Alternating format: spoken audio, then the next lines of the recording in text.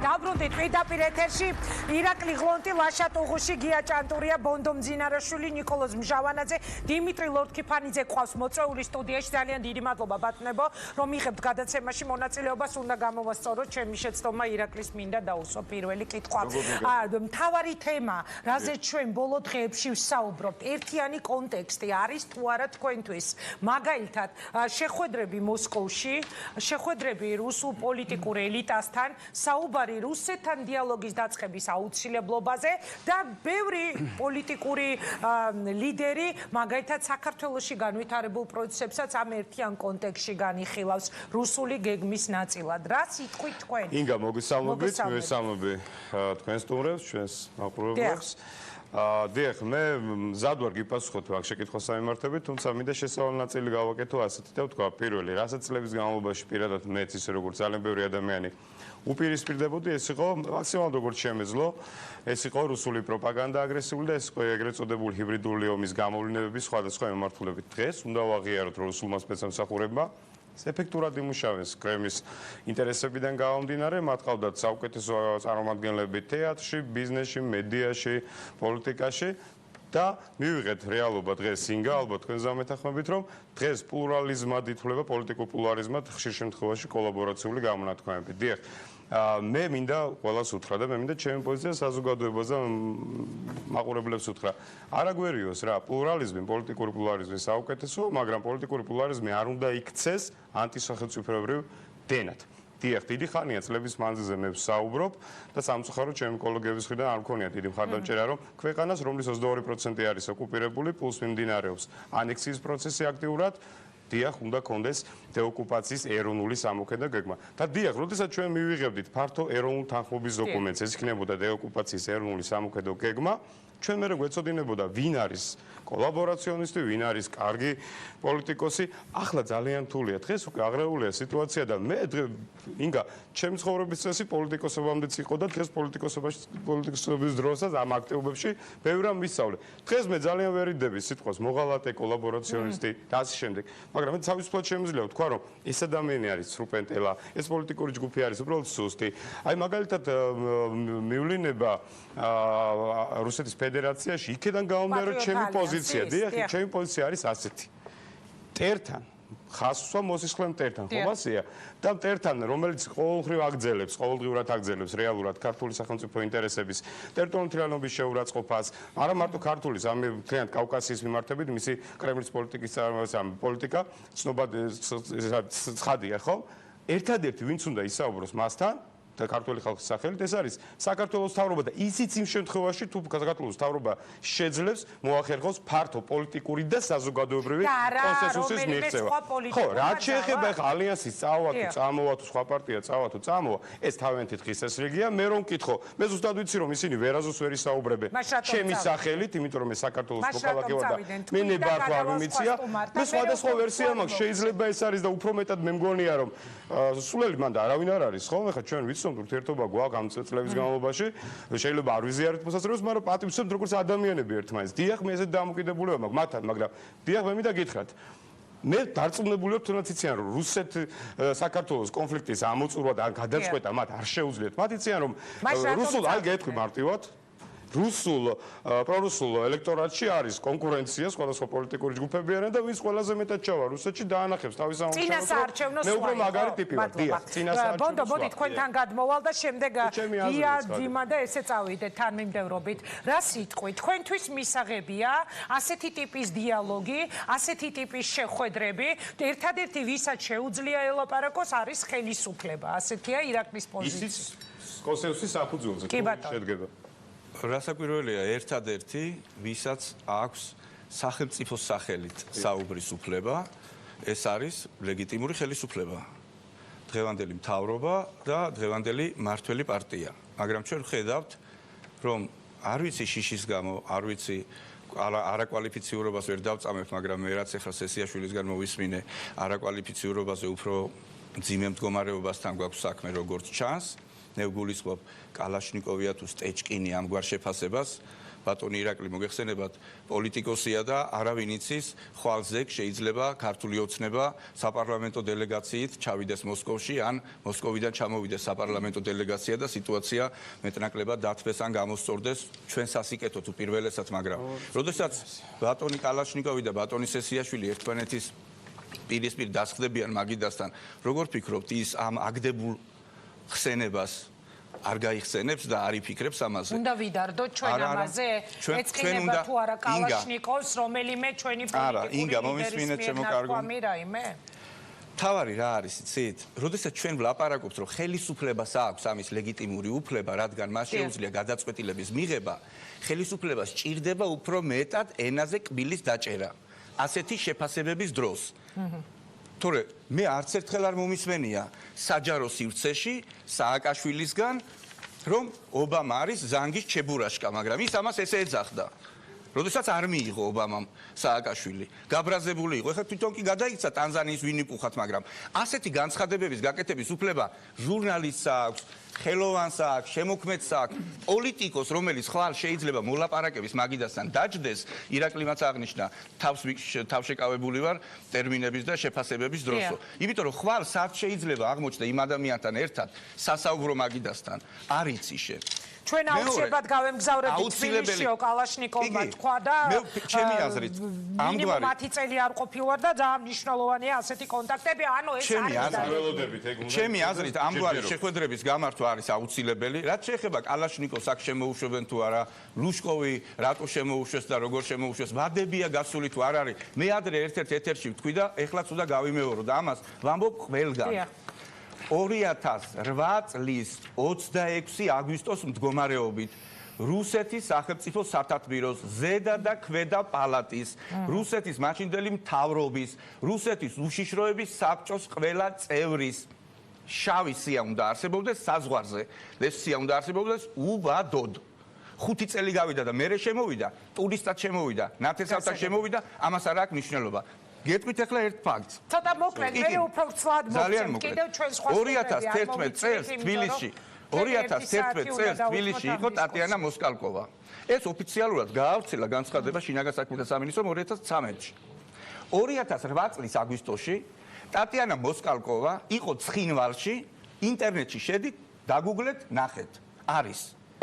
სადაც ითხოვდა ცხინვალში მყოფი სააკაშვილის და მისი ხელისუფლების გასამართლებას. სისხლის სამართლის პასუხისმგებაში მიცემას. 2011 წელს სააკაშვილის ხელისუფლების პირობებში ეს ადამიანი თბილისში იყო. რანაირად იყო? იმის თქმა მინდა რომ არ წინა ხელისუფლებას და არც წინა ხელისუფლებას და კანონი მიღებულია 2008 წელს აგვისტოში. კი ბატონო, მაგის ქალბატონის იყოფის მერე არის ეს კანონი მიღებული, თუმცა ამაზე არ ვიდაოთ. კი, მაგრამ ის ქალბატონი იქ იყო. და თბილისში იყო ის ქალბატონი. არც წინა ხელისუფლებას ეს გააკეთა ის კანონი ხელისუფლებას და არც დღევანდელ ხელისუფლებას არ აქვს ის პრინციპულობა, რომელიც ჭირდება ოკუპირებული ტერიტორიების შესახებ კანონის დაცვას და საქართველოს სახელმწიფო ინტერესების დაცვას. კი ბატონო, ბატონი გია ამბობს, რომ კანონის მიღებამდე იყო მოსკალკოვა იქ და მერე მიიღეთ ეს კანონიო. კი, ეხლა ნაციონალურ მოძრაობას იმას მსგავსი კანონი როდის იყო ეს კანონი ვერ დასწანებს, ვერ დასწანებს. ბატონო გია, როდის იყო ეს კანონი მიღებული? 2008 წლის აგვისტოში ნახდათ არ იყო მიღებული. არ იყო, მიიღეს ოქტომბერში. ოქტომბერში. 2011 წლის 29 ოქტომბერს წინანდალში რეზო გიგინეიშვილის და პუტინის ცნობილი თანამებრძოლის არა ნიკიტა მიხალკოვის შვილის ქორწილში დაუპატიჟებლად მივიდა მაშინდელი პრეზიდენტი სააკაშვილი. ამიხსნას ვინმე რატომ უნდა მიხვიდე პუტინის მეგობრის შვილის ქორწილში, მით უმეტეს თუ იქ არც დაკватიჟეს. მადლობა ბონდო, მოდი გიასთან გადავალ. ხელისუფლებას უნდა კონდეს პრინციპული პოზიცია. მადლობა. რაც არ უნდა თქვა სესიაში, რაც არ უნდა გააკეთოს დღევანდელმა ხელისუფლებამ, მაინც ყველაფერი რატომღაც იგივე მიდის დღეს ბატონო ირაკლი მისის ბრძანა, რომ 2013 და 16 წლის დარღვეულ კანონზე იყო და და წინა ხელისუფლებას არ ქონდა ისიც ანუ 13-16 წელსაც რატომღაც წინა ხელისუფლებაზე მიდის საუბარი ისი გულდაწყვეტით აღნიშნა ბატონმა ირაკლიმ რომ აი სააკაშვილის მიერ დროებით შექმნილი ადმინისტრაციის საზღვრებს მოყვებიან ეგ საზღვრები არის 60-იან წლებში თუ აგებატორი ბონდო დამედასტურებს 1936 და 1964 წელს წერია ეს ყველაფერი დოკუმენტებში ადმინისტრაციული საზღვარი და თუ ბატონ ირაკლის გონია რომ საქართველოს ხელისუფლების მიერ დადგენილი ადმინისტრაციული საზღვრების მიხედვით იმოქმედებს მუდმივად რუსეთი მათ არაფერი წინ არ უდგას გადაწიონ ეს საზღვარი ჯავამდე და ნახოთ აბა თუ გადავლენ რუსები და თუ დაიცავენ ამას ეს აბსურდია აბსოლუტურად ეხა იმაზე ლაპარაკი რომ დროებითი ადმინისტრაციის საზღვრები რახან შექმნა სააკაშვილმა აი მაგით ისარგებლეს რუსეთმა 200 წლის მანძილზე მე აქაბით უმეტეს ახალგაზრდები შევამშნიე ბევრი და მე 200 წლის მანძილზე არ არსებობს არც ერთი ხელშეკრულება არც ერთი მოლაპარაკება აბსოლუტურად არანაირი შეთანხმება რუსეთთან არა მარტო საქართველოსთან სოფლიოში მე მგონი ქვეყანა არ არის რომელიც მას შეესრულებინოს და ეხა რაღაცა იმაზე საქართველოს შიდა განკარგულებით და შექმნილი დროებითი ადმინისტრაციაზე საუბარი ჩემისადმი ძალიან არასერიოზულია მაშინ როდესაც ბაქო ჯეიხანის მილსადენი რომელიც არის სტრატეგიული მნიშვნელობა და რომლის გამოც ჩვენ და რაც არის ის იცით ჩვენ მოდით ესე ვთქვათ შეიძლება ცუდი სიტყვა მაგრამ ვაჭრობთ კიდევაც მთელ სოფლიოსთან და ეს არის ჩვენთვის უზარმაზარი რამ რაც ხელში გვიჭირავს იმას ესე და ადმინისტრაციულ საზღვრებს დაგიდიბობის და ხელისუფლებას ამისი გადამოწმება და გადმომოწმება ჭირდება ამის გადამოწმება ჭირდება და ამაზე ბაქო სუბსა თუ ბაქო ჯეიხა ბატონო გია მე მაქვს ამოღებული ორივე კანონი და ბრძანებულება შეიძლება საქართველოს რესპუბლიკის კანონი სამხრეთ ოსეთის ავტონომიური ოლქის უკაცრავად რა ბარემ ამ თემაზე ვლაპარაკობთ ავტონომიური ოლქის გაუქმების შესახებ ხელსაწერს ზუსტად გამსახურდია 90 წლის 1990 წლის 11 დეკემბერია და აქ არის ახსნილი ახლა ამ ხელა კანონს ვერ წავიკითხავ და მეორე არის საქართველოს კანონი ყოფილი სამხრეთ ოსეთის ავტონომიურ ოლქში კონფლიქტის მშვიდობიანი მოგვარების სათანადო პირობების შექმნის შესახებ.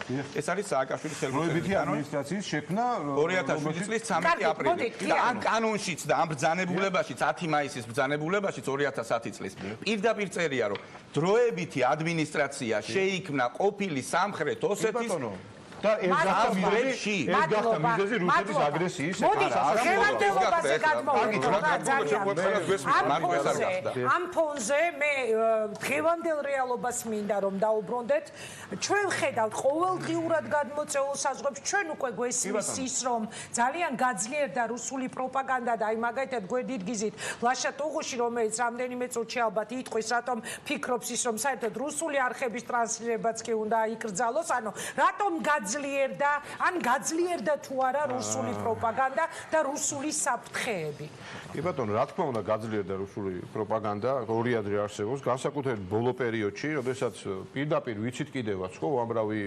ფაქტი არსებობს ისეთი, რომ რაც არ უნდა კონფლიქტი იყოს, თქვა იგივე და რაც არ უნდა ბატონ ირაკლი საუბრობდეს და მუშტებს არ ახუნებდეს თუ არ შევეგუებით და ასე შემდეგ და არც კალაშნიკოვთან მას საერთო არაფერი არ აქვს.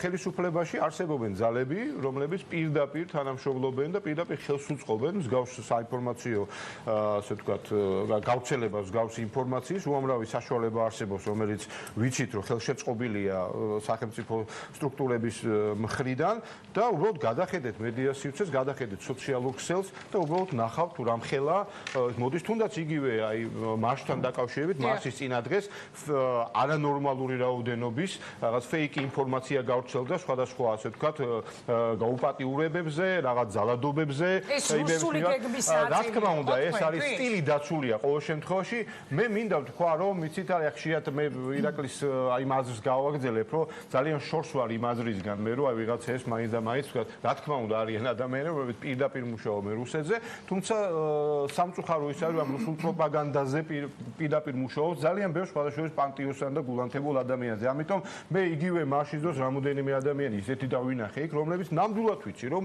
გულით უყვარს საქართველოს არ არიან არანაირად რუსეთუმეები თუმცა მოქცეული არიან აი ამ საოცარი ასე ვთქვათ წნეხის ქვეშ რუსული პროპაგანდის რომ უძლეველობის რუსეთის რომ რუსეთი გადაგვარჩენს მხოლოდ და მხოლოდ და რომ აი რუსეთს თუ არა რუსეთი ჩვენ რაღაც საშნელებები გველის ამ დროს მოდით იგივე თუნდაც გაუპატიურების თუნდაც პედოფილის თუმცა 1000 უბედურობის მაჩვენებლით რუსეთი მე მგონი მსოფლიოში ერთ-ერთი პირველი არის მსგავსი გარყვნილობით ყველაზე ხო პირველი არის სოფლიოში და უფრო მეტის ზოგიერთი ადამიანი რომელიც დღეს რუსეთზე ზედამთვალე ამოზდის და მის რაღაც სიწმინდეს იცავს ამაყობდნენ სწორედ იმით ქართული წარმომავლობის მეფის მიერ სწორედ იმით ამაყობდნენ რომ რუსეთში დადიოდნენ გასართობად ქალბატონებთან ისე რომ მოდით ესე მე მოუჩები აი ამ პირველ ჩემს იმას რომ პრობლემა არის ცოტა სხვა რამეში პრობლემა არის ის რომ არაფერს სახელმწიფო არ აკეთებს იმისთვის პირიქით ხელს უწყობს აი ამ რუსულ პროპაგანდას და ის რომ დღესდღეობით ამაშიც შემიძლია ირაკლის დავეთანხმო რომ პრორუსულ ელექტორატზე მიდის ბრძოლა შიგნით და ამანაც გამოიწვია გარკვეულწილად აი ეს გააქტიურება ყველა მხრივ რა თქმა უნდა ესეც ფაქტია და ნუ ბურჯანაძემ ცოტა უკან დაიხია ცოტა სხვა ძალები წინ მოდიან და ასე შემდეგ და ეს რადგან ბურჯანაძე ახსენეთ მაშინ პირდაპირ გადავალ ეხა დიმიტრი ლორთქიფაინძესთან უკან დაიხია საინტერესო წინადადება თქვა და მანამდე ირაკლი ღლონტმა თქვა რომ ეს არისო პატრიოტ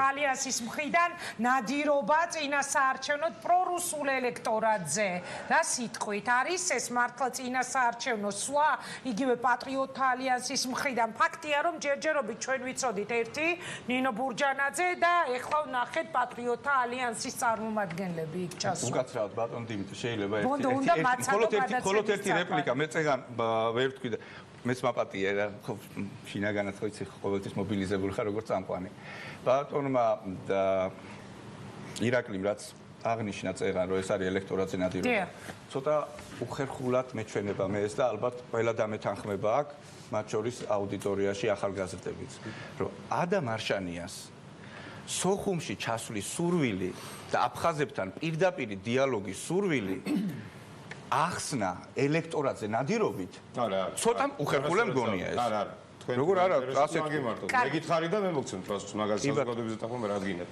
მე გეუბნებით რომ რუსეთთან სასაუბრო დღეს ჩვენ უბრალოდ არ გვაქვს სადაც წავეწევით უნდა უთხრათ რომ ოკუპანტია სადაც წავეწევით უნდა უთხრათ რომ სადაც წავეწევით რუსეთში იქნება ისინი აქ არ ჩამოვიდნენ რომ ამბობთ ვაში ვერ ჩამოვიდნენ ჩვენ იქ არ ჩავალთ ამბობთ და ხო და სადაც წაეწევით მე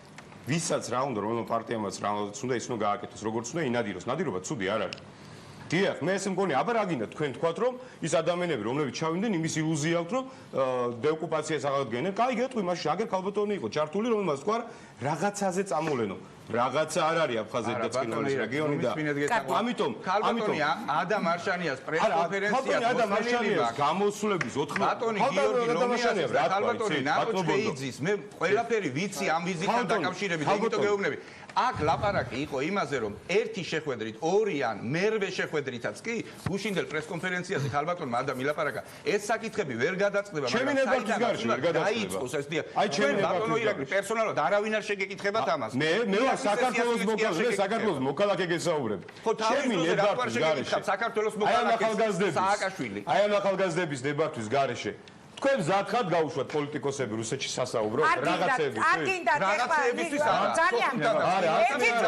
არა ბატონ დიმიტრის უნდა დაუსვათ არა ამ ადამიანს ყველაზე მეტად ესმის ჩემი ყოველთვის ერთი წამი თუ შეიძლება ბატონ დიმიტრისთან გადავალ ეხა მე შეკითხვით ჩაგენაცვნენ თუ არა პატრიოტები პატრიოტ ალიანსი თქვენს პოლიტიკურ ჯგუფს რუსეთთან მოგესალმებით ქალბატონო ინგა საოცილებლობით მადლობა რომ მომეცა შესაძლებლობა მადლობა თქვენ რომ მონაწილეობთ გადაცემაში კითხვას გავცე პასუხი.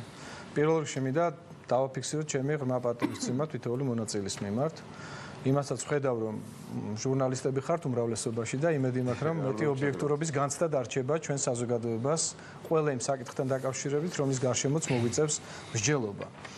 რა თქმა უნდა, საკითხი, რომელიც ეხება ჩვენი ქვეყნის ოკუპაციას, არ არის სახუმარო საკითხი, არ არის საქილიკო საკითხი, ეს არის თემა, რომელშიც უნდა იყოს ერთიანი ეროვნული კონსენსუსი და აქ ორი აზრი არ არსებობს. საქართველო იმყოფება ფაქტობრივი ოკუპაციის ქვეშ, ოკუპაცია ღრმავდება, ხელისუფლება არაფერს აკეთებს იმისთვის, რომ ოკუპაციის საკითხებთან დაკავშირებით დეოკუპაციის ელემენტარული კონტურები შექმნას, კონცეფციისა მეტიც ჩვენ ვიხილეთ არაერთი გამომსვლელი სახელმწიფო გამომსვლელი არ მინდა ხა დაკონკრეტება და პერსონიფიცირება და ძალიან ელემენტარულ კითხვებთან დაკავშირებითაც კი ისინი მზად არ არიან იმდენად ჩამოუყალიბებელია მათი სტრატეგია რუსეთთან დაკავშირებით განსხვავებით ჩვენი პოლიტიკური ორგანიზაციის ლიდერისგან და ქალბატონ ნინო ბურჯანაძეზე აქცენტით დაიწყეთ თქვენ შეკითხვა და მე უფლება არ მაქვს რომ ამითივე არ გავაგრძელო პასუხი. ბუნებრივია ქალბატონ ნინო ბურჯანაძე არის ის სოლიდური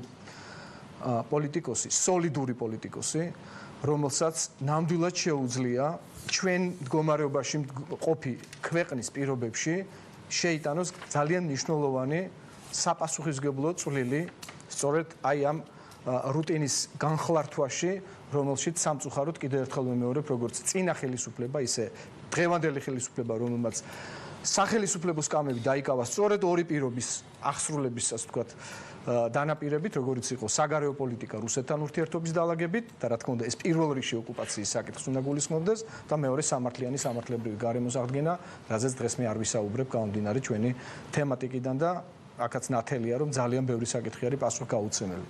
ჩვენ კოლაბორაციას შევეხეთ, ბატონმა ირაკლიმ კოლაბორაციონიზმის საკითხი ახსენა და თქვა, რომ უკვე საზოგადოება დაბნეულია, ვინ კოლაბორაციაშია, ვინ რას აკეთებს. კი ბატონო, მე ვეთანხმები ბატონ ირაკლის ამ საკითხში. თუმცა არ მჯერა, როცა ამბობენ, რომ საზოგადოებრივი მეხსიერება არის მოკლე. გამომდინარე იქიდან, რომ ქალბატონი ჩერგოლეიშვილი, რომელიც საუბრობდა გაუპატიურების ჯგუფური გაუპატიურების მცდელობის მუქარასთან დაკავშირებით, ერთ-ერთი ახალგაზრდა ქალბატონის მისამართით მალევე ივიწყებს ალბათ იმას, თუ რა დღეში ამყოფებდა მისი მეუღლის რწმუნების ქვეშ არსებული პოლიტიკური ორგანიზაცია საქართველოს წლების განმავლობაში. და არც აქ გავაგრძელებ წიაღსვლას, ეს ყველაფერი ძალიან კარგად ვიცით. უბრალოდ ბატონ ირაკლის შევახსენებ, რომ 2008 წელს საქართველოს თავდაცვის ბიუჯეტი ბატონ ირაკლი შეადგენდა $1.130 მილიონ და ასეთი ბიუჯეტის პირობებში, რომლის 1/8 იყო 92 წელს დაწყებული ომის პირობებში საქართველოს ბიუჯეტი.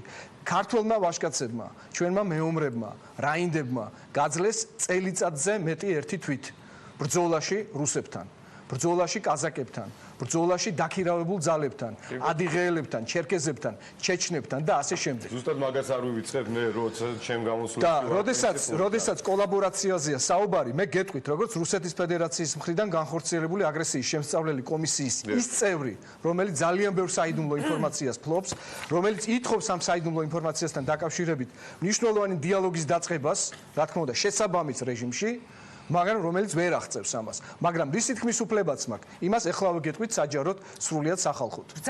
ის რომ 2008 წლის აგვისტოს მოვლენებიდან ორ თვეში საქართველოს ხელისუფლებამ რუსეთის ფედერაციასთან განახორციელა მთელი რიგი ეკონომიკური პრეფერენციებისა, რომელიც პირველ რიგში გულისხმობდა სწორედ ენგურხესთან დადებულ მემორანდუმს.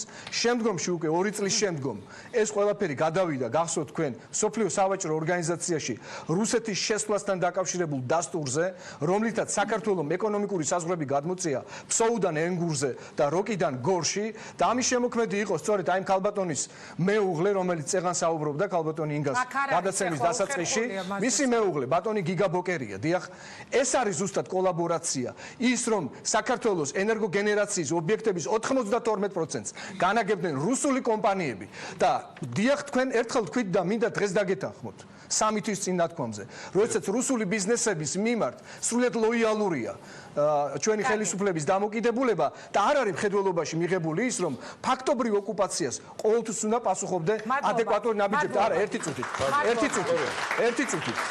საინფორმაციო პოლიტიკის არარსებობა. ეს არ არის განა დანაშაული დღევანდელი ხელისუფლებისა. 3 პირიდან 2 ჩემი მეგობარია, გიორგი ცქვიტავა, ჟურნალისტი, ირაკლი ალადაშვილი, ჟურნალისტი და ბატონი კობა ლიკლიკაძე. ეს 3 ადამიანის კისერზე იყო ჩამოკიდებული ქართული საინფორმაციო პოლიტიკის გამსაზღვრელი ანტიპროპაგანდა, ანტირუსული პროპაგანდა. ქართული ჯარი გადაცემა საზოგადოებრივ მაუწყებელს, როგორც ყოფილი ხელმძღვანელი საზოგადოებრივ მაუწყებლის და სხვა შორის ბატონი გიასგან ხელი ეწყობოდა ამ აქტივის გადაცემებს და მინდა მადლობა გადაუხადო მას. 2 წელია დაიხურა ქართული ჯარი, გიორგი ცქვიტავასი. კვირაში ერთხელ გამოდის კვირის პალიტრა და ჟურნალი არსენალი თვეში ერთხელ. ირაკლი ალადაშვილი, რომელიც თავისი პატრიოტული სულიდან გამომდინარე ცდილობს, რომ ახალგაზრდებს გააზიარებინოს ქართული ჯარის მნიშვნელობა. კობა ლიკლიკაძე, რომელიც ერთ-ერთ რადიო სადგურში მაუწყებლობს თავისი შესაძლებლობის ფარგლებში. დიდი ბოდიშის მოხდით რა. აი კოლაბორაცია, დიახ, დღევანდელი ხელისუფლება იმაშიც ვეთანხმებია გამომსვლელებს, ვინც თქვა, რომ პატრიოტთა ალიანსი იძულებული იყო გადაედგა ის ნაბიჯი, რომელსაც არ ახორციელებს და ახლო მომავალში არაპირებს განახორციელოს ხელისუფლება. შეუძლებელია ფრაქცია პატრიოტთა ალიანსის განკითხვა ამ ბოდისვით დავასრულებ ზუსტად ერთ ფრაზაში. პატრიოტთა ალიანსს ყავს, მე არა ვარ მათი ადვოკატი, მაგრამ სამართლიანობისა გამო უნდა აღინიშნოს, მათ ყავთ თავისი ამორჩეველი. ისინი ანგარიშვალდებულნი არიან თავისი ამორჩეველის წინაშე. თუ მათ ჩათვალეს, რომ მათი ამორჩეველი მოითხოვდა მათგან, როგორც უმცირესი წარმომადგენლებისგან საქართველოს პარლამენტისა, რომ ყინული დაეძრათ და მაგალითი მიეცათ ხელისუფლებისთვის, მათ ეს დიახ უნდა განახორციელოს. მადლობა დიდი. მე ლაშასთან და ნიკასთან უნდა გადავიდე ახლა კითხვებით. თქვენ თუ ხედავთ ლაშას საფრთხეებს მომძლავრებულ რუსულ პროპაგანდას და რუსული გეგმის განხორციელების საფრთხეებს. რატომ გეკითხებით? ბოლო 2 კვირის, ან უფრო მეტი შეიძლება 3 კვირის მთავარი თემები არის რა? ჩასვლა მოსკოვში დეპუტატების შეხვედრები, აქ ჩატარებული მარში, რომელზეც ძალიან ბევრი ამბობს, აგერ გიამაც ისაუბრა, რომ ბევრისთვის ეს განიხილება რაღაც რუსული გეგმის ნაწილად და ასე შემდეგ. თქვენ ბრძანდებით ერთ-ერთი ინიციატორი, ვინც მოითხოვს რუსული არხების საერთოდ აკრძალვასაც. ამიტომ საინტერესოა თქვენი თვალით დანახული რუსული საფრთხეები. მოგესალმებით. ესეთი აკრძალვის ინიციატივების ავტორია და ცოტა გადაჭარბებულია. ჩვენ მქონდა კვლევა, სადაც ვამბობდით რაღაც ვერსიებზე და თუ დრო იქნება ამაზე უფრო დეტალურად ვისაუბრებ. რაღაც ატყდა ამბავი რამდენი წლის წინ როგორც მითხრეს, მე არ მინახავს რაღაც გამონათქვამთან დაკავშირებით, რომელიც კონტექსტიდან იყო ამოგლეჯილი. ლაპარაკობდი, რომ რუსული არხები არის სერიოზული პრობლემა. რომ ეს არის ჰიბრიდული ომის თვალსაზრისით ერთ-ერთი იარაღი რუსების ხელში. ჩვენ შეგვიძლია ავიღოთ ეს დოქტრინები, რუსული სამყაროს დოქტრინა, გერასიმოვის, რომელიც არის გენერალურ შტაბის მეთაური რუსეთის იმის დოქტრინა და ეხლა თუ თავს ვიბრუნავებ და მიგვაჩნია რომ ეს არაფერი არ არის და ეს ასე თქვათ ეს ORT და ეს ტელევიზიები არის ჩვეულებრივი რიგითი მედია და მე მგონი ძალიან არასერიოზულია. მით უმეტეს საქართველოს არის ძალიან სპეციფიური ქვეყანა, რომელიც არის ოკუპირებული, ხა არავინ არ უარყოფს, ხო? ამიტომ ჩვენ ამ საკითხებზე უნდა ვიმსჯელოთ სერიოზულად. ჩვენ შევთავაზეთ მოდელი, რომლის მიხედვითაც ვამბობდით, რომ სახელმწიფო არხები არ აქვს მნიშვნელობა, ეს არის რუსული თუ სხვა არხები, ატარებენ სახელმწიფო პოლიტიკაზე, ამიტომ ამ შემთხვევაში შესაძლოა ერთ-ერთი ვერსია იყო, რომ შესაძლოა სახელმწიფოთა შორის შეთანხმება შედგეს, იმიტომ რომ შემოვიდნენ ისინი სამართლებრივ სივრცეში. იმიტომ რომ როდესაც შენ გააქვს ურთიერთობა სხვა ქვეყნის სახელმწიფო დაწესებულებებთან, შენ გაქვს რაღაც საერთაშორისო შეთანხმებები, ხელშეკრულებები, ასე შემდეგ და ისინი რაღაც ვალდებულებებს იღებენ, როდესაც არა აქვს შენს თქვენ რომელიღაცა ქვეყანას ესეთი ვალდებულებები, ის რასაც უნდა იმას აკეთებს. ახლა მაგალითად ბრიტანეთში ქონდათ პრობლემა RTS, ანუ რუსულ არხს და ისინი გარკვეულ სამართლებრივ ურთიერთობებში არიან და მიმდინარეობს გარკვეული პროცესი, დააჯარიმეს, იმიტომ ჩაითვალა, ეს კი არ ნიშნავს, რომ ეგრევე ხურავს ვიღაცა და აგდებს, მაგრამ ეს სივრცეები უნდა არსებობდეს. თუ ესეთი სივრცე არ არსებობს, ძალიან ძნელია მათთან ურთიერთობა გქონდეს. უბრალოდ ეს არის ძალიან ესეთი იურიდიული დისკურსი. მე არ ვამბობ, რომ კარგია და ერთ-ერთი ვარიანტი შეიძლება იფიქრო მაგაზეც რა. მე ამას არ უარყოფ, რომ არ მithქონს არასოდეს, მე ვამბობ, რომ შესაძლოა ამაზე იფიქრო, მანამდე უნდა გქონდეს აქტიური პოლიტიკა შემუშავებული ზოგადად აი ამ გავლენებთან მიმართებით. რას გულისხმობს ეს გავლენა? ეს მარტო მედია არ არის, ეს გავლენები ბევრი რაღაცა. სად არის წითელი ხაზები? აი ხა აქ იყო მსჯელობა მაგალითად საზღვრებთან დაკავშირებით. არსებობს რუსული ფულის თემა, არსებობს მათი მონაწილეობა სტრატეგიულ სფეროებში. აი სად არის ეს და ასე თქვა წითელი ხაზები ჩვენ არ ვიცით. ამიტომ საჭიროა შემუშავდეს სტრატეგია უსაფრთხოების, რომელიც არ აგვაქვს. არც ერთმა ხელისუფლებამ არ გააკეთა და მე ვერ ხედავ ვერც პარტიებში ესეთი ინტერესი და სხვა შორის მათაც ისინიც არ დებენ. იცით ლაპარაკი ადვილია, როცა ლაპარაკობ, თუ ხარ პარტია და გაქვს პრეზიდენტობაზე, ხელისუფლებაზე და ხარ ფრაქცია პარლამენტში და ამ შემდეგ დააწერე რაღაცა მაჩვენე რომ მზად ხარ ამისათვის. ეს ტყელი სიტყვები კი არ არის, საჭირო დაიდოს დოკუმენტი. არც ერთმა პოლიტიკურმა ორგანიზაციამ აქ დოკუმენტი არ არის. არ არის უსაფრთხოების სტრატეგიაზე მაქვს ლაპარაკი. არის თუ არა საფრთხები რა თქმა უნდა კონტექსტები გვეუბნება. გამომჩევა სტრატეგიაზე კი საუბრობთ. ეხლა ჩვენ რაზე ვლაპარაკობთ? რა გეგმით მოდის რომელიმე ხელისუფლება? მაგალითად როგორ წარმოუდგენია ზოგიერთ პარტიას პროგრამა საგარეო ურთიერთობები, ტერიტორიული მთლიანობა. ზოგიერთ პარტიას, ეხლა თუ გვინდა გავავრცოთ, საერთოდ არჩევნები, აი ბოლო არჩევნები, საპარლამენტო არჩევნები რო იყო, დაწერილი ერთიან დოკუმენტად ესეთი პარტიებიც არიან, არ ქონდა წარმოდგენილი პროგრამები. ეს რას ნიშნავს? გეკითხები და ხო, არა, იცით რა, მე გეტყვით რომ მე მაგაში ვერ დაგეთანხმეთ, მოხმარებლები აგერავათ ჩვენ მოქალაქეები და თქვენ უნდა თქვენ ვინც პარტიები განსაკუთრებით პარლამენტში რო ხარ და ასე შემდეგ, უნდა პროგრამა დამიდო და მითხრა რა გინდა. ლაპარაკი არის სპეკულაციები. იცით რა, ხანახან ადამიანი რომელიც იძახის რომ ნატო ცუდია, ევროკავშირი ცუდია, მეუბნება რომ აუ რუსები არიან ოკუპანტები. კი, მაგრამ ეს როგორ არის, იცით შეუთავსებელი, აი ეს საქართველოში ხანახანამ ცინიზმსაც არ აქვს საზღვარი. ამას ვაკვირდები ხოლმე, ესე ძალიან ისეთი თემაა რა, ინგა.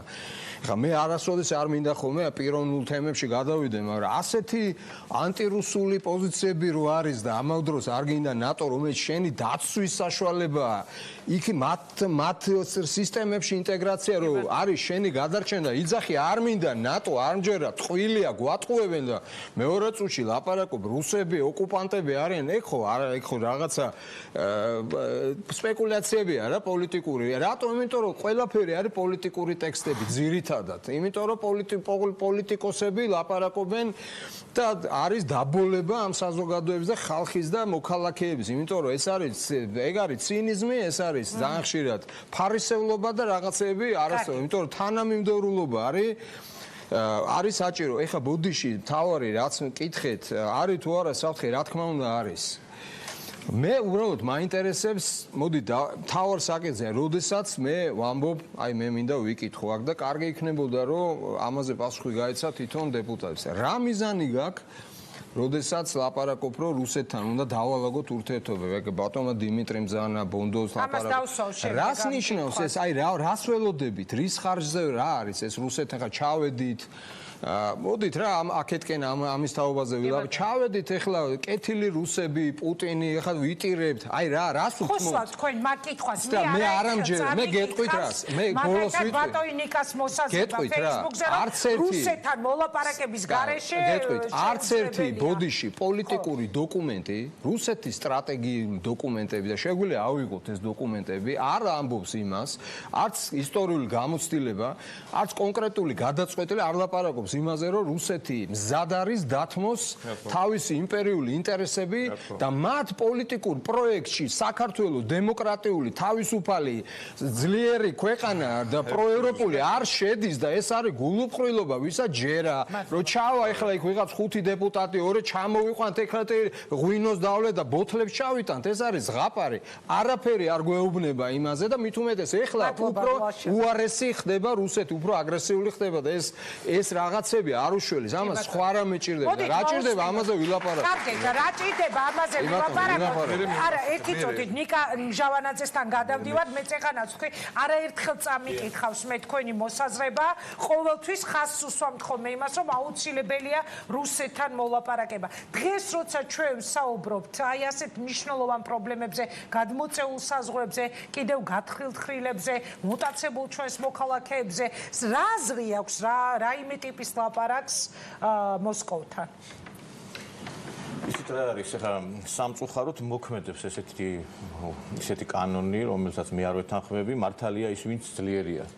და ახლა ჩვენ რო რეალურად ეს წესი არ მოქმედებდეს, ეს ნიკოვსიდან დარუბამდე გვექნებოდა საზღვრები, მაგრამ სამწუხაროდ ეს წესი მოქმედებს. ვინ ძლიერია, ის მართალია. და იცით რა არის, მე მიკვის კიდევაც სიმართლე რო გითხრათ, რომ აი ესეთი საკითხი ისმევა, რომ დაველაპარაკოთ თუ არა რუსეთს. მაშინ გამოდის, რომ ჩვენი დიდი წინაპრები, დავით აღმაშენებელი, გიორგი ბწყინვალე, დემეტრე თავდადებული, ყველა ეს მეფეები პრომონღოლური, პროთურქული ორიენტაციის ყოფილან, იმიტომ რომ ესე ერთნიშნულად რომ აი თქვათ რომ მოლაპარაკება არის რაღაცა პრორუსული, ეს ამას არ ნიშნავს, იმიტომ რომ გითხარით კიდევაც ის მეფეები, რომლებიც მაგალითად დავით აღმაშენებელი 10 წელი თურქ-სელჩუკებს ხარს უხდიდა. დემეტრე თავდადებული, რომელმაც იცოდა რომ სად მიდიოდა, რომ პირდაპირ სიკვდილზე მიდიოდა, იმიტომ წავიდა რომ ქვეყანა გადაერჩინა აოხრებისაგან. მე ხა ამ ხელისუფლებას უსვამ კითხვას. დღეს არც ყაენის ეპოქაა, არც თურქსელჩუკების. ეხლა მე მაინც რო ჩავიდნენ იქ რუსეთში რა, დემეტრე თავდადებულივი, თავს წააცლიან თუ რამე სიკვდილი დაჟიან. ჩადით დალოცვილებო და დაელაპარაკეთ. მე მესმის ეხლა რომ ეხლა ჩვენ რო იქ ჩავალთ და მზამზარეული აფხაზე და სამაჩაბლოს არავინ არ მოგვართმევს. ეს ყველამ კარგად ვიცით, მაგრამ იცით რა შეა საქმე, როდესაც არის დიალოგზე საუბარი, სტამბოლის ხელშეკრულება ავიღოთ. იგივე დასავლეთი საქართველოს მონაწილეობით მოხდა ის, რომ რუსეთმა გაიყვანა თავისი ბაზები საქართველოსთან. აღმოსავლეთ ევროპიდან რუსეთი საბჭოთა კავშირმა გაიყვანა თავისი ჯარები. არა აქვს ალტერნატივა მოლაპარაკებას. არავითარი ალტერნატივა ამას არ აქვს და მე მიკვირს. აი ხა ჩვენ ხალხზე ვლაპარაკობთ. აი კონსტიტუციის საჯარო განხილვა როდესაც იყო. საერთოდ არ იყო იქ სამსჯელო თემა რომ დაელაპარაკეთ თუ არა რუსეთსო, მაგრამ იქ იყო მოთხოვნა რომ აი ეს კონსტიტუციაში დეფინიცია შესულიყო ქალ და მამაკაცის ერთობასთან დაკავშირებით და კიდევ ის სადაო საკითხები რო იყო იმაზე იყო და ერთ-ერთი ეს იყო რომ ყველა იქ ითხოვდა რომ დაელაპარაკეთ რუსეთს. მე მიკვირს კიდევაც ხელისუფლების აი ესეთი სირაქლემის პოზიცია რომ აი ჩვენ არ წავალთ ეხლა ჩართვაც იყო არ წავალთ არ დავილაპარაკებთ კი მაგრამ რო არ წახვალ და რო არ დაელაპარაკებთ და ის ბანერი რო კანცელარიასთან რომ მოვა მე რასიზამთ მაინტერესებს დღეს არის ქვეყანა ძალიან ძიმედ რაზე უნდა დაელაპარაკო არა რაზე უნდა დაელაპარაკო აი რომ ჩავიდა პატრიოტთა ალიანსი დაუშვათ იგა თქვენ როგორ გონიათ ეხლა მე ჩვენ იცით რა ყველა ესე გამოდის რომ ეს წინაპრები ვინსაკობდა დიდი მეფები ეგრევე იმაზე ლაპარაკობდნენ რომ საქართველოს თავისუფლება მომხდარიყო გიორგი ბრწყინვალემ ჯერ მოახდინა ის რომ თავად მონღოლები გამოიყენა საქართველოს გასაერთიანებლად ჯერ თავადაზნაურებად დასაჯა ხალხისგან გაანთავისუფლა ჯერ ნელ-ნელა უნდა მიყვეთ ამას და არ არსებობს კიდე ის რომ ქვეყნებს არა ყველა მეფე ისა გიორგი მომისმენი არ არის საქართველოს ისტორია ჯერ შიგნით დაალაგა ერთი წამი საათ ნახევარი გისმედით რა მომი ყველა მეფე ლაპარაკობდა მტერთან მე მარტო გიორგი ბრწყინვალეზე არა მაქვს დავით აღმაშენებელი იხდი და მეთქი 10 წელი ხარks აქ არ არის ეს ეხლა მე დაამთავრა მე საბოლოო დაამთავრა იმითი რომ განთავისუფლდა მაგრამ მე ერთ რამე მოლაპარაკების საფუძველზე ერთი წამი თუ ბევრი ხალხი მისცა და მაგით არა მოლაპარაკებაც და ერთი წამი ხო გისმენდით არა მოდი რა კულტურა შევინარჩუნოთ გისმენდით ხო არა გასაგებია ხო საათ ნახევარი გისმენდით არ არსებობს მოლაპარაკება ის რომ ერთი რაუნდით მომხდარიყოს ყველაფრის გადაწყვეტა ყველაფერს აქვს თავისი დრო აი იგივე მაგალითად ჩვენ როდესაც ვჯელობთ იმის შესახებ რომ აი რა სიტუაციაში რა გარემოში ვცხოვრობ მაგალითად გვაქვს ისეთი რეალობა რომ აზერბაიჯანს რამე რომ დაჭირდეს საომარი მოქმედებები თურქეთი მზადყოფნას გამოთქვას რომ მის გვერდში დადგება აგერ ჩილო კავკასიაში რა სიტუაცია სომხეთის მოკავშირე არის რუსეთი ჩვენ ახლა რუსეთზე რომ ვლაპარაკობთ ჩვენ არ დაგვაუწყდეს ყარცისა და მოსკოვის ხელშეკრულებას რუსეთთან ჩვენ სხვა კუთხითაც ავართ დაკავშირებული გასაგებია ეს ოკუპანტია ეს ქვეყანა მაგრამ კიდევ ერთხელ ვიმეორებ რომ სხვა გზა ჩვენ არ აგვაქვს დალაპარაკეთ და შედეგი ამბობთ რომ ეს სწრაფად არ მოდის თუ ამბობთ შედეგი და ასე ნელ-ნელა ჩავიდეთ აი ხა მაგალითად არ მინდა რა ჩუგოშვილზე დავუყვავოთ და დავუყვავოს და მე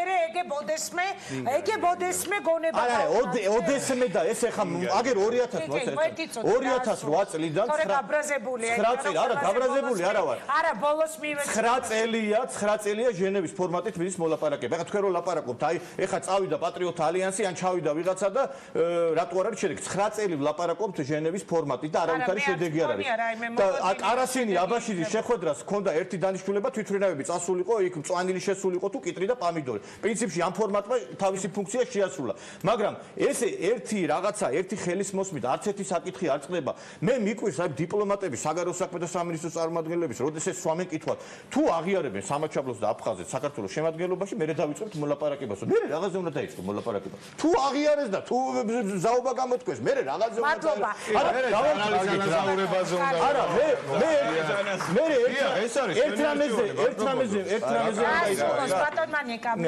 აი ხა მაგალითად კარგად მოგეხსენებათ რომ როდესაც უკრაინა გამოიყო საბჭოთა კავშირს იქ მოაწერეს ხელშეკრულება ატომური ეს იარაღი გადაეცა რუსეთს და იქ გამოთქვეს მზადყოფნა გარანტიები მისცეს ამერიკის შეერთებული შტატებმა რუსეთმაც რომ უკრაინის ტერიტორიული მთლიანობა იქნებოდა დაცული ვინმე შეასრულა ვინმე იხსენებს ამას მე იმიტომ ვთქვი რომ მოქმედებს ესეთი ურმობელი კანონი რომ მართალია ის ვინძლიერია ამიტომ იცით რა არის მე ეხლა მაშინ მედია რო ყოფილი ყოფილიყო ალბათ დავით აღმაშენებელსაც, გიორგი ბრწყინვალესაც გამოაცხადებდნენ პრომოღოლ და პროთურქსუქჩუკულ აზროვნების მატარებლად. დღეს ჩვენ ჭირდება გიორგი ბრწყინვალის პოლიტიკა. აი ახლა რომ ლაპარაკობთ, რა შედეგი მოიტანა? პუტინმა თქვა და მივდივარ ამ თქვით და მე თქვა რომ ვიზების გაუქმების საკითხი ჩვენ შეგვიძლია გადავწყვიტოთ და გამოდის პარლამენტის თავმჯდომარის მოადგილე თამარ ჩუგოშვილი და აცხადებს ჩვენ არ დაუშვებთ ასეთ პროვოკაციულ ნაბიჯს. აი მითხარით ეს სახელმწიფოებრივი პოზიცია არის. ადამიანი გამოდის, ეხლა თქვენ როგორ ფიქრობთ, იქ მილიონზე მეტი ქართველია, ხო? რამხელა შვება იქნებოდა იმ ადამიანებისთვის თუ უვიზო მიმოსვლა იქნებოდა, ხო? რაღაცით უნდა დავიწყოთ მოლაპარაკება. და ესეთი სირაქლემას პოზიციით ჩვენ ვერაფერს ვერ დავიწყოთ. მოდით ესე გადავანაწილოთ, რომ ორ წუთს მოგცემთ რეკლამამდე, რომ ყველას თანაბარი რო კონდეს კი, არა ერთი წუთით გადავა. კი ბატონო, გიორგი ბრწყინვალის და დავით აღმაშენებლის მაგალითები კარგი არ გამოდგა, იმიტომ რომ პირველ რიგში ითისქნა შიდა მოღალატეებს რა უქნან ერთმან მეორემ ძალიან კარგად ვიცით, მით უმეტეს განსაკუთრებით ეხლა იმ ფეოდალებს, რომლებიც მეფეს არ ემორჩილებოდნენ და მე ძალიან კარგად მახსოვს ხალხი, რომელიც ემზორ კვიციანის იმაში კოდორში ქართული ჯარის არ შეშვებას და სესხლის გახსნას ამართლებთ, გიორგი ბრწყინვალე ცოტა უშნოდ მოგივიდა ჩემისადმი. მაცალე ძალიან. გიორგი ბრწყინვალე გამოიყონა მონღოლები მეთქი, იმიტომ რომ მონღოლები არ გვინდა. არა, იმიტომ რომ თვითონ თუ არის ისტორია, მე არ ვიცი ეხლა ეს აღიარებული მაცალე. ვაცადოთ რა ერთმანეთს. მაცალე ძალიან დიდი ბოდიში. თქვენგან. შიგნითო დასალაგებელი არის და შიგნით პირველ რიგში მოღალატეების მოშორებით დაიწყო. კი ბატონო, შემდეგზე გადავიდეთ. აღმოსავლეთ კულტურას და იგივე თუნდაც სპარსეთში რო ავიღოთ განსაკუთრებით, ხო, ყოველთვის იცოდეს სიტყვის ფასი და მოლაპარაკების ფასი. რუსეთისგან განსხვავებით, ჩვენში რომ დარჩეს. ეგ კიდე ცალკე თემაა და შუა საუკუნეების სამყაროს დღევანდელ რუსეთს ნუ შევადარებ. რადიკალურად ორი განსხვავებული რამეა. აქ საუბარი არის რუსეთი გვეუბნება ელაპარაკეთ აფხაზებს და ოსებს. აფხაზებს და ოსებს იცის რას ელაპარაკება? არ დაელაპარაკოთ ქართველებს, იმიტომ რომ მე აფხაზეთთან ჩემი კიდე სხვა ურთიერთობა მაქვს და როცა ვეუბნები ვილაპარაკოთ, გვეუბნებიან რომ FSB მიზის, მე რო შენ გელაპარაკო, დედას მიტირებენ, ჩამომახჩობენ. კარი, ეხა ეს თამაში მაიმუნობა რომ ვაიმე დედა რუსეთი აქეთ გვეუბნ დაელაპარაკეთ, თქვენ ერთმანეთის პრობლემა არის. ეს არის აბსოლუტური ეს არის რუსეთი სწორედ იმას გიშვებათო თქვენ, სწორედ მაგას აკეთებს, რომ აფხაზებს საერთოდ არც ალაპარაკებს თქვენთან და იმიტომ არის დღეს აფხაზეთი დიახ რო არ გველაპარაკებდა რუსეთი არ ალაპარაკებს ჩვენთან, იმიტომაც არის რომ აფხაზეთში ვერ შევდივარ და ვერ ვიბრუნებ. სწორედ იგივე პოლიტიკა გვინდა ჩვენ, აი მართლა რომ ხმას არ გავსებთ იმ რუსს, როგორც ლიტვაში, ლატვიაში და ესტონეთში რომ ჩამოდიოდა რუსი ტურისტი შენგენაცვალე და მართლა იმითი რა ქვია, როდის დაგვიბრუნდები და როდის შემოიყვანს პუტინი ჯარებს ესე კი არ უნდა დახვდნენ ვიღაცეები. არამედ უნდა დახვდნენ ცოტა სხვანაირად და უნდა იცოდეს რუსეთმა რომ საქართველოს არ არის საქართველოს რუსეთის აქედან იწყება და მსგავსი ჩასვლები სწორედ უგვიძებს ისე იმეც რუსეთს რომ საქართველოს ისე ჩემია ხალხს ესე უნდივარ დიდი მადლობა უნდა დავამთავრო რა ორ წუთში უნდა ხო მაგრამ გავიდა 2 წუთი არაფერი დავასრულებ იმითი რომ მსგავსი ასე ვთქვათ ილუზიები იმისი რომ რუსეთთან მითხარით ერთი შემთხვევა 90-იან წლები ახსენეთ 90 წლებში რუსეთში იცი რამ დაშალა ვიღაცას და მოლაპარაკებამ კი არ დაშალა შიმშილმა ტალონებმა და ამერიკის მხრიდან და დასავლური სამყაროს მხრიდან ზეწოლამ დაშალა მადლობა ბონდო თქვენთან გადმოვიდა პირველი რა ძალიან მნიშვნელოვანია პატრიოტ ალიანსის და საპარლამენტო ფრაქციის წარმომადგენლების მოსკოვში ვიზიტთან დაკავშირებით. ეხლა რაზეც ბატონი გია ამახვილებდა ყურადღება რომ მოსკოვი უშლის ხელს აფხაზებს და ოსებს ქართველებთან დალაპარაკებაში. ხო ასე ბრძანეთ? რა თქმა უნდა, აბა ესე იგი ჩვენ რომ აფხაზებს და ოსებს დაველაპარაკოთ, ამისთვის საჭიროა რომ მოსკოვმა თანხმობა მისცე, მოგცეს ჩვენ რომ ისი მათ ხელს არ შეუშლის ჩვენთან საუბარში. ესე იგი მოსკოვი სულ შეუშლის. რა უნდა უთხრათ, რუსეთს უთხრათ, გაიცალეთ. ბატონო გია ერთი წამით. მე ვიცი ძალიან მარტივად დაგისვათ შეკითხვა მარტივად თუ ჩვენ მოსკოვს არასოდეს არ დაველაპარაკებით და მოსკოვი მოსკოვს დაველაპარაკოთ ერთი წამი დამამთავრებინეთ შეკითხვა რა დამამთავრებინეთ დამამთავრებინეთ შეკითხვა მოსკოვს არ ველაპარაკებით ჩვენ მოსკოვი მუდმივად ხელს უშლის სოხუმს და ცხინვალს თბილისთან საუბარში რამდენი ხანი შეიძლება გაგრძელდეს ეს 10 წელი, 20 წელი, 50 წელი ველოდებით როდის დაიშლება რუსეთი. არა. ამას ნუ ველოდებით. ერთი წამი. ეხლავე ვიტყვი, ეს თქმაც მინდა. გამოსავალი რა არის? სოხუმში, აფხაზეთში დემოგრაფიული ვითარება შეცვლილია არა აფხაზების სასარგებლოდ და მით უმეტეს არა ქართველების სასარგებლოდ. დემოგრაფიული ვითარება კიდევ უფრო მეტად შეიცვლება. ცხინვალში რა ვითარებაც არის? მოსწორებულია ქართული სოფლები. ერთი ქართველი აღარ დატოვეს იქ. ყველამ კარგად ვიცით. ამ წლების განმავლობაში ორი თაობა გაიზარდა. მოვიდა სოხუმშიც და ცხინვალშიც, რომლებიც გაიზარდნენ აი დედის ძუძუსთან ერთად, მიიღეს რომ ქართველი არის ბოროტი, ქართველი არის საზისხარი, ქართველი არის მტერი. ამ ახალგაზრდების თაობის წარმომადგენლები არიან ისინი. რა იციან ამ ბავშვებმა, უკაცრავად ამ ახალგაზრდებმა სოხუმზე და ცხინვალზე? რა იციან იქაურებთან, ქონიათ ურთიერთობა? ან იმათ ქონიათ ურთიერთობა ამ ადამიანებთან? და ჩვენ რო ბევრს ვლაპარაკობთ, ასე უნდა იყოს თუ ისე უნდა იყოს. მოსკოვს არ დაველაპარაკოთ, იმას არ დაველაპარაკოთ. როდესაც საბჭოთა კავშირის დაშლაზე ვლაპარაკობთ, 85 წელს მოვიდა გორბაჩოვი ხელისუფლების სათავეში. ხო კარგად გვახსოვს უფროს თაობას, ამათ თუ არ ახსოვს? შევარდნაძე დაინიშნა საგარეო საქმეთა მინისტრად და იმ დროიდან ინგა ერთი წამი რა იმ დროიდან დაიწყო მოლაპარაკებები გენშერმა რომელიც იყო ფედერაციული გერმანიის საგარეო საქმეთა მინისტრი 1990-მდე 35 შეხვედრა გამართა გორგონია არა რატომ დაიწყო და ეხლა საბჭოთა კავშირი როგორი მშიერიც იქვინო მივიდა მაშინ როგორი მშიერიც არ უნდა ყოფილიყო საბჭოთა კავშირი ეს იარაღი ქონდა და ძალით ერთი დირექტორი მისი ხართ გვერდი ტელევიზიის და მეორე კიდე მოქმედი წარმომადგენელი ერთი ზუსტად აი ხა რო გამიპროტესტოს ძიმალოვკი ფაიზე უფრო ბონი ვერ ახერხებდა ერთი წამით ფედერაციული გერმანია ვერ ახერხებდა აღმოსავლეთ გერმანიიდან საბჭოთა დივიზიების გაყვანას ამისთვის საჭირო იყო მოლაპარაკებები და ამ მოლაპარაკებებში მონაწილეობდა ყველა და ჩვენ ვამბობთ რომ არ დაველაპარაკოთ კაი მაშინ გაიყვანეთ ცხინვალიდან რუსული ბაზა და რეკლამის შემდეგ ლაშა-ტუღუში ირაკლი ღლონტი დიმიტრი ლორკიფაიძე და ნიკა მჟავანაძე გვეტყვიან და თქვენს ბატონო გია და ბონდო რეკლამის შემდეგ დაუბრუნდებით და ცოტა დრო გვექნება დარჩენილი მაგრამ თავისუფლად ჩამოვაყალიბებთ თქვენს მოსაზრებას აი თქვენ რაში ხედავთ გამოსავალს ეხლა ლაშამ თქვა რომ ერთი არის რომ მთავარიაო ის რომ რაში ხედავთ გამოსავალს დაუბრუნდებით რეკლამის შემდეგ მოდით ერთად მოусმინოთ ერთი არის ხელისუფლების კრიტიკა მეორეა ქმედითი რა შეუძლიათ მათ შესთავაზონ ხელისუფლებას რეკლამა მალე გაიგოს